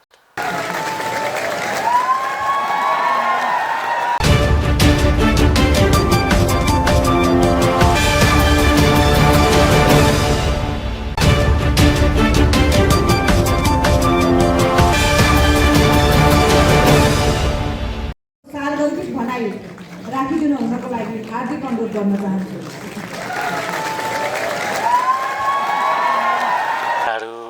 सबैलाई मेरो तर्फबाट नमस्ते भन्न चाहन्छु अनि मेरो खेलको तर्फबाट होस् भन्न चाहन्छु। मेरो नाम चाहिँ किरण राई हो, घर चाहिँ पूर्व भोजपुर। हाल अहिले बुढा नीलकण्ठ बस्छु। योभन्दा अगाडि चाहिँ म बाँसबारीमा बस्थेँ। म एउटा खेलाडी मात्र नभएर म एउटा आर्टिस्ट पनि हो, साथै म एउटा अभिनयको टिचर पनि हो। यति धेरै कला छ, तर कला हुँदाहुँदै पनि म चाहिँ ओझेलमा परेको मान्छे पनि हो हैन। अब कति त हजुरहरूले अब देख्नु पनि भएको छैन होला, मेरो मिडियातिर इन्टरभ्यूहरू, मेरो डेमोहरू चाहिँ आइरहेको हुन्छ, प्राय धेरै मिडियाहरूमा छ। त्यहाँबाट पनि मलाई तपाईँहरूले सर्च गर्न सक्नुहुन्छ, या त सामाजिक सञ्जालमा जोडिएर पनि हजुर हामी चाहिँ एकअर्कामा चिन्ने एउटा त्यो माध्यम पनि छ। विशेष गरी म सरलाई धन्यवाद दिन चाहन्छु, एउटा सानो मलाई आफ्नो बोल्ने मौका दिनुभएकोमा। विशेष गरी म अहिले आफ्नै एउटा नेपाली ट्रेडिसनल एउटा नेपालीपनको एउटा खेल क्रिएट गरिरहेको छु, एउटा खेललाई जन्माउनु खोजिरहेको छु, जुन खेलमा चाहिँ हाम्रो आफ्नै मौलिकता बोकेको खेल छ, खुकुरी, हँस्या हैन। अब जुन अहिले भलिबललाई हामीले राष्ट्रिय खेल भन्छौँ, जुन चाहिँ अमेरिकामा चाहिँ उत्पादन भएको खेल हो, त्योभन्दा अगाडि हाम्रो राष्ट्रिय खेल डन्डीबियो थियो। त्यही डन्डी बियोलाई पनि चाहिँ एउटा मैले कलाको माध्यमबाट जुन जो अहिले मेरो खुकुरी खेलमा चाहिँ मैले त्यसलाई पनि समेटेको छु होइन। पहिला त राष्ट्रिय खेल भएको हो त्यो, त त्यसलाई अहिले बिर्सियो सबैले। त्यो त हाम्रो मौलिकता हो डन्डी बियो भनेको। त्यसलाई पनि एउटा वेपन्सको रूपमा जोडेर चाहिँ त्यसलाई काँटा एउटा सोको रूपमा मैले मेरो खेलमा जोडेको छु। अनि जुन खुकुरी भनेको हाम्रो एउटा चाहिँ नेपालीहरूको चिनारी हो, एउटा पहिचान हो, त्यसको ठुलो एउटा इतिहास पनि छ होइन। त्यसको इतिहास खोज्ने हो भने आज हामी प्रत्येक नेपालीले गर्व गर्ने ठाउँ छ होइन। गोर्खालीहरूले चाहिँ हिजो चाहिँ विभिन्न युद्धहरू, दोस्रो पहिलो विश्वयुद्धमा चाहिँ एउटा धावा बोलेर गोर्खाली साहसी हो, खुकुरी एउटा साहसी हतियार हो भनेर चिनाउनु भएको छ होइन। त्यसैलाई चाहिँ अहिले मैले 18 वर्ष भयो अध्ययन गरेको र त्यसलाई निरन्तर ट्रेनिङ गरेको। अनि यो बिचमा जुन त्यसलाई अध्ययन गर्ने क्रममा मलाई धेरै चोटपटकहरू पर्यो, धेरै घाउहरू भयो, म धेरै बिरामी पनि भएँ र धेरै ठाउँमा लडेँ पनि। तर लडिरहँदा पनि म उठिरहेँ। लडेको मान्छे त एउटा कमजोरी हुन्छ, त्यसलाई त कुकुरले पनि आएर पिसाब फेरिदिन्छ लडियो भने होइन। त्यहाँ त हामी लडेको मान्छेभन्दा शक्तिशाली त कुकुर हुन्छ होइन। त्यही भएर त्यो लडेको ठाउँहरूबाट पनि म उठ्दै आज यो पोजिसनमा छु, यो ठाउँमा छु। र विशेष गरी अहिले मैले खुकुरीको 8वटा गिनिज वर्ल्ड रेकर्ड एकैचोटि 8वटा स्केलमा 8वटा स्टोनमा चाहिँ रियल खुकुरी एउटा धारिलो खुकुरीलाई स्टोन गरेर एकैचोटि 8वटा रेकर्ड राख्ने अब मेरो प्रोसेस हुँदैछ र यो अभियान पनि चल्दैछ। र अहिले पनि त्यो विषयमा अघि बिहान मिटिङ थियो, अहिले भर्खर चाहिँ एउटा मुभीको लागि आउनुभएको थियो प्रोड्युसर सरहरू, त्यहाँ पनि मिटिङ थियो अनामनगरमा, त्यहाँदेखि म हेर्न आएँ। यो खेल भनेको चाहिँ विशेष गरी अहिले जुन हाम्रो देशमा भइरहेको हत्या, हिंसा, बलात्कार, एउटा चाहिँ पिछाडिएको नारी, कमजोरी नारीहरूलाई जुन हिंसा पर्छ, त्यो विषयलाई लिएर चाहिँ मैले यसको जुन स्केलहरू क्रिएट गरिरहेको छु। एउटा चाहिँ नारीहरूले कसरी आफू सेफ हुने, कसरी सुरक्षित हुने, आफू लुटपाट हुँदा, बलात्कृत हुँदाखेरि, हत्या हुँदाखेरि कसरी सेफ हुने, त्यसमा फिजिकल अनि साइकोलोजिकल दुईटै कुराहरूलाई मैले अध्ययन गरिरहेको छु र कति ठाउँमा सिकाइ पनि सकेको छु र कति ठाउँमा आफ्नो कला प्रदर्शन पनि गरिसकेको छु। खुकुरीको कलाहरू त मैले मन्त्रीदेखि लिएर चाहिँ ठुल्ठुलो नेता यस्तो प्रोग्राम हुँदै पनि देखाउने मौका पाइसकेँ र सबैको राम्रो एउटा प्रतिक्रिया पनि पाइरहेको छु। अनि अर्को चाहिँ म आर्टिस्ट पनि हो, तर मैले बालुवाको आर्टहरू गर्छु, ढुङ्गाको आर्टहरू गर्छु, सिन्काको आर्टहरू गर्छु। यो चाहिँ आफ्नै एउटा आँखा अगाडि जे छ त्यसलाई सदुपयोग गरेर होइन। चाहिँ बालुवाको आर्टहरू तपाईँहरूले मिडियामा सर्च गरेर हेर्न सक्नुहुन्छ। जुन बालुवाको आर्ट, एउटा बालुवा भनेको हाम्रो चाहिँ खोला हाल्सी बारी पाखामा खेर गइरहेको हुन्छ, तर त्यो बालुवाको एउटा कलले एउटा घर बन्दैन भन्छ, त्यसलाई सजाउनु जान्यो भने त्यो एउटा सुन्दर एउटा आकार बन्छ, एउटा सुन्दर वस्तु बन्छ होइन। एउटा सिन्काहरू चाहिँ विभिन्न हाम्रो बाँसको सिन्कादेखि लिएर हरेक कुराहरू लडिरहेको हुन्छ होइन। यो विषयमा पनि मेरो एउटा गहन अध्ययन भइरहेको छ। यो उमा चाहिँ भक्तपुरमा आज हामीले जुन पेन्टिङ आर्ट हामीले सिक्न 5 वर्ष लाग्छ, तर जुन मैले गरिरहेको आर्ट चाहिँ छोटो समयमा कसरी सिक्न सकिन्छ। मानिलो 15 दिनमा ऊ पर्फेक्ट, मैले जति गर्न सक्छु उसले त्यत्तिकै गर्न सक्छ। आज तपाईँ यहाँ हुँदाहुँदै मैले फोटो बनाइदिन सक्छु, मेरो चाहिँ त्यहाँ चेलाहरूले हेरेर त्यत्तिकै फोटो बनाइदिन सक्छ। अब किनभने त्यो त अब मैले चाहिँ आफ्नो कला बाँच्ने भयो। मैले विभिन्न अपाङ्गहरूलाई पनि 2टा अपाङ्गलाई छुट्टै तरिकाले सिकाइरहेको छु, अध्ययन गरिरहेको छु, उहाँहरू पनि पर्फेक्ट भइसक्नु भयो। यसलाई सार्वजनिक गरेर एउटा व्यवस्थित गरेर व्यावसायिक रूपमा ढालेर यो नानीहरूलाई एउटा रोजगार दिन होइन। केही युवाहरूले त रोजगार पायो होइन, त्यति मात्रै बाँकी छ। हुन त अब पहिल्यैदेखि उनीहरूलाई मैले दुःख गर्दै भए पनि, मागेरै भए पनि उनीहरूलाई खर्च गरेर चाहिँ खर्च जुटाएर भए पनि मैले त्यो अध्ययनलाई निरन्तर अगाडि बढाइरहेको छु। अर्को कुरा, म धेरै रोगी, एकदमै सानोदेखि नै रोगी, धेरै रोगहरूसँग लड्दै आएको मान्छे। अनि त्यो रोगको चाहिँ कसरी चाहिँ समाधान गर्ने भन्ने विषयमा मसँग उपचार गर्ने, औषधि खाने एउटा पैसा पनि हुँदैन थियो। अनि त्यसको लागि चाहिँ मैले एउटा औषधिहरू पनि चाहिँ खोजी गरिरहेको छु र कति चाहिँ मैले आफ्नो रोग त्यही औषधिले पनि चाहिँ निको पारिसकेँ होइन। यो विषयमा चाहिँ मैले मिडियामा लिएको छैन किनभने यसमा म सक्सेस भइसकेको छैन, यसमा केही समय लाग्छ, त्यसको पनि निरन्तर एउटा अध्ययनमा छु। आज पनि मैले त्यो हल्का कुरा राखेको छु मिटिङमा, तर यो विषयहरू भनेको अलिकति भोलिको दिनमा कन्फर्म हुन्छ भने मात्रै मैले सार्वजनिक गर्ने हो। अहिले चाहिँ विशेष मैले किनभने आज र अस्ति 2 ठाउँ चाहिँ थोरै कुराहरू राखेको हुनाले आज मैले यो कुरा पनि जोडिदिएँ। अनि धेरै समय अगाडि मैले एउटा सोलर पनि मैले चाहिँ आविष्कार गरेको थिएँ। आविष्कार भन्दा पनि अब म त्यस्तो आविष्कार लाइनमा पढेको मान्छे त होइन। कतिपय मान्छेहरू अब जन्मजातै एउटा क्षमता लिएर आएको हुन्छ, त्यो क्षमतालाई चिन्न सकेन भने न पछि पर्ने हो। तर मैले आफ्नो क्षमतालाई बेलायमा चिन्न सकेँ, अवस्था त्यस्तै भइदिएको हुनाले आज हामी हेर्न सक्छौँ थोमस अल्बर्ट एडिसनले चाहिँ 1095 एउटा आविष्कार गरेर एउटा चाहिँ त्यसको प्याटर्न दर्ता गर्यो। त्योभन्दा पनि अब जापानको चाहिँ एकजना के हुनुहुन्छ अहिले 90 वर्ष लगभग पुग्नुभयो, उहाँले 3500वटा चाहिँ आविष्कार गर्नुभयो।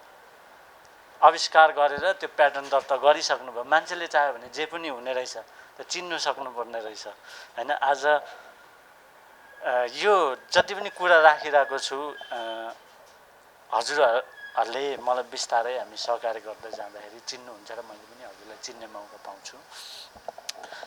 विशेष म फेरि पनि खेललाई जोड्छु एकपटक। खेल भनेको अहिले जुन सेल्फ डिफेन्सको लागि चाहिँ मलाई 6-7 ठाउँ बोलाइ पनि सकियो गाउँहरूमा चाहिँ, तर मसँग यति बेला टिमवर्क छैन। पहिलो कुरा टिमवर्क नभएको हुनाले मैले अहिले कुनै पनि ठाउँमा गएर सिकाएको छैन, गराएको छैन। धेरै ठाउँबाट चाहिँ यसको सकारात्मक एउटा सुझावहरू प्रतिक्रियाहरू आइरहेको छ देश विदेशदेखि लिएर। आज धुर्मु सुन्तलीले एउटा क्रिकेट रङ्गशाला बनाउनलाई एउटा अर्बौँ त्यहाँ त खर्च हुन्छ, त्यो हिम्मत गर्नु भएको छ भने होइन, त्यो त एउटा क्रिकेट प्रेमी र क्रिकेट खेलाडीको लागि मात्रै हो। तर खेलहरूमध्येको पनि उत्कृष्ट मलाई लाग्ने खेल भनेको मार्सल आर्ट नै हो। मार्सल आर्टमा किनभने हामी एउटा सेफ्टी हुने, सुरक्षित हुने कला त छ नि त हो। जुन त्यो कलाहरू हामीले विभिन्न मार्सल आर्टमा देख्छौँ त्यो किक बक्सिङ मात्रै हानेर हुन्छ। तर मैले यहाँ चाहिँ तपाईँहरूलाई म थोरै भन्छु, मैले कसरी अध्ययन गरिरहेको छु भन्दाखेरि जस्तै हामी नेपालीहरू मही पार्छौँ होइन, गाउँघरमा मही पार्छौँ भन्नु खोजेको मैले हाम्रो दैनिक कार्य नै हाम्रो चाहिँ मार्सल आर्ट हो। हामी खान्छौँ, टोयलेट बस्नु पनि हाम्रो मार्सल आर्ट नै भइरहेको छ र हामीले खोइ त चिनेको। ल मानिलिउँ म 1-2वटा कुरा उदाहरण दिन्छु तपाईँहरूलाई। जुन हामीले गाउँघरमा मही पार्छौँ क्या, ढाडहरू मही पार्छौँ होइन, तर त्यो हामी मही पारिरहेको हुन्छौँ, हामीलाई थाहा छैन कि त्यहाँ हाम्रो चाहिँ एउटा बक्सिङ हानिरहेछौँ, पन्च हानिरहेछौँ होइन।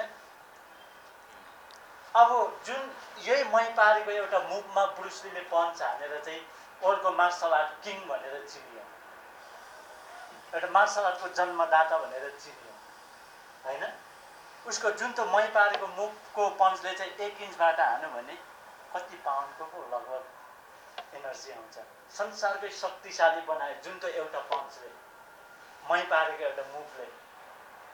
फरक यति हो, ब्रुसलीले मैले मही पारिरहेको छु भन्ने कुरा थाहा पाएन, हामी नेपालीले मैले पन्च हानिरहेको छु, बक्सिङ हानिरहेको छु भन्ने कुरा थाहा पाएन। तर हामी नेपाली चाहिँ ब्रुसली भन्दा पनि शक्तिशाली, किनभने आज दुईटै कुरा थाहा पायौँ नि त। मही पनि पारेको रहेछु, मैले चाहिँ बक्सिङ पनि हानेको रहेछु। हामी दुईवटा कुरा बुझ्ने चाहिँ ऊभन्दा पनि शक्तिशाली हो, किनभने ब्रुसलीलाई पनि थाहा थिएन मही पारेको होइन। अब त्यहाँ अर्को पन्च पनि हुन्छ है, स्टेप हुन्छ, यो स्ट्रेट पन्च भन्छ, यसलाई सिधा बक्सिङ भन्छ। अब अर्को चाहिँ हुक पन्च भन्छ क्या, हुक पन्च हुन्छ दोस्रो हो। अब त्यो चाहिँ हामीले जाँतो घुमाउँछौँ क्या, हामी नेपालीहरू जाँतो खिच्छौँ नि हो। अब त्यहाँ चाहिँ हातको एउटा चाहिँ एक्सर्साइज, मसाजको एक्सर्साइज पनि भइरहेको छ। उसलाई थाहा छैन कि मैले हुक पन्च हानिरहेको छु, तर त्यहाँ त जाँतो घुमाउँदाखेरि त त्यो हुक पन्च आइरहेको छ, जुन यो हामीले चाहिँ मार्सल आर्टमा हानिने पन्च होइन। उसको दैनिक कार्य चाहिँ एउटा गृहिणी महिला, कमजोरी महिलाले पनि मार्सल आर्ट त सिकिरहेको हुँदो रहेछ। अब तराईमा हामी इनारबाट पानी उगाउँछौँ है, विभिन्न त्यो इनारबाट विभिन्न तरिकाले पानीहरू उगाउँछ। अब एक किसिमको यो पारा पनि उगाउँछ। त्यसमा चाहिँ अप्पर पन्च हुन्छ है, 3 नम्बरको पन्च अब त्यहाँ इनारमा पानी उगाइरहेको छ, उसले अफर पन्च हालिरहेको छ कि, तर उसले त्यो पन्च हानेको कुरो थाहा छैन। बुझ्नु भने अब हामी ढिक्की कुट्छौँ होइन, हाम्रो त ढिक्की यो कुराहरू जब मौलिक हो हाम्रो पहिचान होइन। अब हामी ढिक्की कुटिरहन्छौँ तर हामी चाहिँ एनर्जीको लागि एउटा पावरको लागि हामी त्यत्तिकै उफ्रिरहन्छौँ, त्यत्तिकै उठबस गरिरहन्छौँ। तर हाम्रो जुन ढिक्की कुटाइमा छ नि, एउटा मुई थाई भन्ने एउटा मार्सल आर्ट छ, थाईको एउटा मार्सल आर्ट हो, जुन चाहिँ त्यो टोनिजले गर्ने एउटा मार्सल आर्ट हो। त्यसमा जुन थाईको मात्रै बडी चाहिँ एउटा एक्सर्साइज हुन्छ, जुन चाहिँ घुँडाले हान्ने होइन। र त्यहाँ चाहिँ हाम्रो ढिक्की कुट्छौँ नि, त्यसको चाहिँ त्यो मुख एउटा मार्सल आर्ट त्यही भइरहेको छ क्या। हामी कोही मान्छेलाई ढालेर किच्चाउँछौँ भने चाहिँ ढिक्की त्यही हो कि।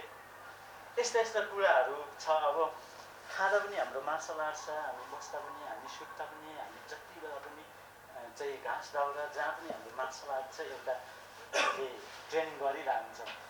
मार्सल आर्ट बन्छ क्या हाम्रो हरेक कामहरूमा, हाम्रो मौलिकता पहिचानहरूमा। त्यो भएको हुनाले यो खेल एकदमै सम्भावना बोकेको खेल छ। र यसको जुन मैले सिकाउने सिस्टमहरू तपाईँले मेरो चाहिँ एउटा सामाजिक सञ्जालमा गएर पनि त्यहाँ केही भिडियोहरू चाहिँ मैले लगाएको छु होइन। हामी अब लामखुट्टे मार्छौँ, भुसुना मार्छौँ, त्यो एउटा पन्च गर्ने सिस्टम निस्किन्छ। हामी खान्छौँ, त्यहाँ चाहिँ एउटा मुखको एउटा पन्च गर्ने सिस्टम निस्किन्छ होइन। हामी चाहिँ यसरी नुहाउँछौँ, कसैले यहाँ टाउकोमा हाल्यो भने यो नुहाउने स्टाइलमै हाल्यो भने यसले सेभ गरिरहन्छ, हाम्रो टाउको बाँचिरहन्छ, घाँटी बाँचिरहन्छ होइन। यस्ता यस्तै कुराहरू चाहिँ मैले त्यहाँ निकालेको छु भोलि, ताकि जो नन मार्सल आर्टिस्ट, जसले मार्सल आर्ट खेलेको छैन तर मार्सल आर्टिस्टले भन्दा पनि उसले छिटो सिक्छ। 2 दिनमा या त 5 मिनट चाहिँ मैले यसरी नै भन्यो भने उसले बुझिसकेको हुन्छ कि म पनि मार्सल आर्ट खेलाडी रहेछु। हामीले यसरी दिनु सक्यौँ भने, किनभने आज समय भनेको सबैको महत्त्व छ, कसैले पनि समय दिन सक्दैन। तर हामीले 20 मिनटमा, 10 मिनटमा, 5 मिनटमा पनि उसलाई चाहिँ ब्ल्याक बेल्ट बनाइसक्नुपर्छ। किनभने अहिले त समयको सबैले चाहिँ एउटा ख्याल गर्छ नि त, समय त्यति महत्त्व भन्ने कुरा बुझिसकेको मान्छे हो। छोटो समयमा मान्छे सफल हुन चाहन्छ होइन। हामीले दिने यसरी हो ताकि उसले भोलि आफ्नो दैनिक कार्यमा मेरो त यो मार्सल आर्ट गरेर भन्ने कुरा हो। यो त एउटा फिजिकल भयो। अब साइकोलोजिकल त्योभन्दा अझै डेन्जर छ। यो कुराहरू म अहिले भन्दिनँ, समय एकदमै छोटो छ होइन। साइकोलोजी त्यति डेन्जर हुन्छ कि जो मान्छेले चाहिँ एउटा दिमागको भरमा नै त्यो मान्छेलाई परै सुट गरिदिइसकेको हुन्छ। पर दुश्मन आउँदैछ भने उसले यहीँबाट ढालिदिइसकेको हुन्छ होइन। साइकोलोजिकल भन्नुभएको त्यो म त्यति एजुकेटेड पनि होइन, म शब्दमा भन्न सक्दिनँ धेरै। म फिजिकलमा प्रायः बढी एउटा अभ्यासमा विश्वास भनेर अभ्यासमै लागिरहेको मान्छे हो। र खेललाई अगाडि बढाउनको लागि एउटा चाहिँ भोलि हजुरहरूको पनि एउटा सुझाव, आइडिया, सहकार्य एउटा जरुरी छ। अनि विशेष गरी अहिले गिनिज रेकर्डको लागि र म अलिकति अस्वस्थ भएको कारणले पनि त्यसको निम्ति पनि युकेबाट मेरो निम्ति चाहिँ केही आर्थिक कलेक्सनहरू पनि भइरहेको छ। आर्थिकको लागि चाहिँ केही अभियानहरू पनि चलिरहेको छ। भोलिको दिनमा जुन अभियानलाई, खेललाई अगाडि बढाउनु भनेर एउटा हौसला स्वरूप त्यहाँ सबैजना सकारात्मक हुनुहुन्छ। त्यहाँ मात्रै नभएर यहाँ चाहिँ हाम्रो विभिन्न क्षेत्रको मान्छेहरू एकदमै सकारात्मक हुनुहुन्छ। जुन मेरो विषयमा एकदमै चाहिँ उहाँहरू पनि खुसी हुनुहुन्छ। सपोर्ट नगर्ने भन्ने मान्छे नै छैन। अघि मैले जोडिसकेँ, धुर्मु सुन्तलीले चाहिँ एउटा अर्बौँको चाहिँ एउटा साला एउटा हिम्मत गर्नुहुन्छ भने भोलि यो सेल्फ डिफेन्सको चाहिँ हामीले एउटा हल खोल्छु भन्दाखेरि मलाई सपोर्ट गर्ने, साथ दिने मान्छे देश विदेशमा आज हजारौँ आइसकेको छ। तर मसँग टिमवर्क छैन, प्लान छैन। त्यो त टिमवर्क एउटा संस्थागत एउटा उमा गयो भने मात्रै त्यो मैले सुरुवात गर्ने हो। सबैजना सकारात्मक हुनुहुन्छ ताकि म तपाईँले के गर्न सक्छु, धुर्मु सुन्तलीले भन्दा तपाईँले राम्रो काम गर्न सक्नुहुन्छ, सहकार्य गरौँ, म विदेशबाट आउँछु तपाईँको निम्ति भन्नेहरू पनि धेरै भइसक्यो होइन। अनि यो विषयमा तपाईँहरूले पनि गम्भीर रूपमा सोचिदिनु भयो भने भोलि यसलाई हामीले व्यापक रूपमा चाहिँ एउटा सेल्फ डिफेन्स भनेको सबैलाई चाहिने कुरा हो। हामीले फ्री ट्रेनिङ दिन सक्छौँ होइन। विभिन्न चाहिँ विकट ठाउँहरूमा गएर जहाँ हिंसा बढी भइरहेको छ, जहाँ चाहिँ अशिक्षित मान्छेहरू छ, त्यहाँ गएर हामीले दिन सक्यौँ भने भोलि योभन्दा ठुलो एउटा देशको लागि, समाजको लागि केही हुँदैन। एजुकेसनलाई हामी जति महत्त्व ठान्छौँ, एजुकेसनले हामीलाई त्यो कुनै घटनाहरूमा त्यस्तो बलात्कारको चाहिँ घटनाहरूमा बचाउन सक्दैन। हामी पढिरहनु भने उसले बलात्कार गरि नै हाल्छ, हामीलाई आत्महत्या गरि नै हाल्छ। तर एजुकेसनभन्दा पनि महा इम्पोर्टेन्ट भनेको अहिलेको समयमा सेल्फ डिफेन्स हो। किनभने मान्छे दुष्ट भइसक्यो होइन, मान्छे राक्षस भइसक्यो, कसैले कसैलाई भन्दैन। अहिले मान्छेले मान्छेको रगत चुसिसक्यो, मासु खाइसक्यो होइन। यो बेला भनेको हाम्रो एजुकेसनभन्दा पनि हामी कसरी सेफ हुने, कसरी सुरक्षित हुने इम्पोर्टेन्ट हो होइन। मार्सल आर्टलाई मैले यसरी बुझेर चाहिँ निरन्तर अगाडि बढिरहेको छु। हुन्छ, धेरै बोले होला, धेरै बोल्यो भने नपाउँ हजुरहरूले एकदम।